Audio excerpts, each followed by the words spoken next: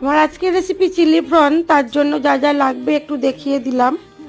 এরপরে সাদা তেল গরম করে নিয়ে দিয়ে দেবো রসুন কুচি আর পেঁয়াজ বাটা। এটা মিডিয়াম আঁচে হবে। সব কিছু দিয়ে তারপরে দিয়ে দেবো পেঁয়াজ কুচি আর ক্যাপসিকাম কুচি। তারপরে দিয়ে দেবো কাঁচা লঙ্কা চেরা আর আদা বাটা। এটা হালকা কষিয়ে নিয়ে দিয়ে দেবো সয়া সস, টমেটো সস আর গোলমরিচের গুঁড়ো।